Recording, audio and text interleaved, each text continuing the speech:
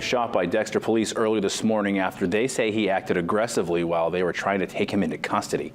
They say 34-year-old Christopher Hongo resisted arrest and assaulted 2 officers. A TV5 viewer sent us video of the incident, and we want to warn you, some may consider the content to be graphic. Now, you can see when authorities were trying to arrest Hongo, and then moments later, it appears both officers tasered him.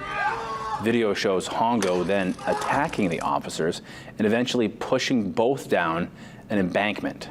You see that right there. Hongo then he runs down the hill at one of the officers. This is the moment where he pushes the second officer down the embankment, and following that is when he will continue to run after both of them, and that's when the first shot was fired.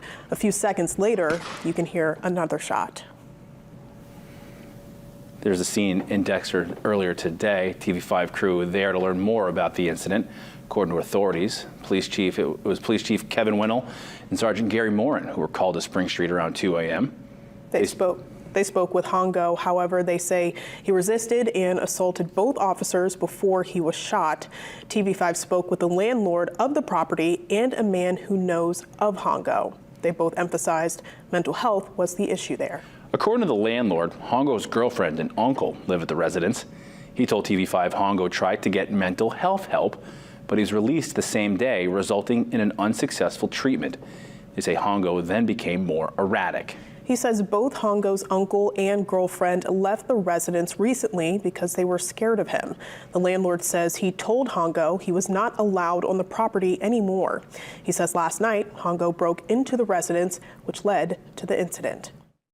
Luckily, no one was killed. The kid involved with the incident had some mental health issues, and a lot of people don't understand that part of it. And I guess it turned into a bad night for the cops and the town of Dexter. I can tell his personality was not the Chris I knew before. He changed. He couldn't control his anger. He was angered to himself. Anger from past, whatever happened to him before. It's sad because there's a lot of people out there that needs help, needs mental help, and it's not there for them.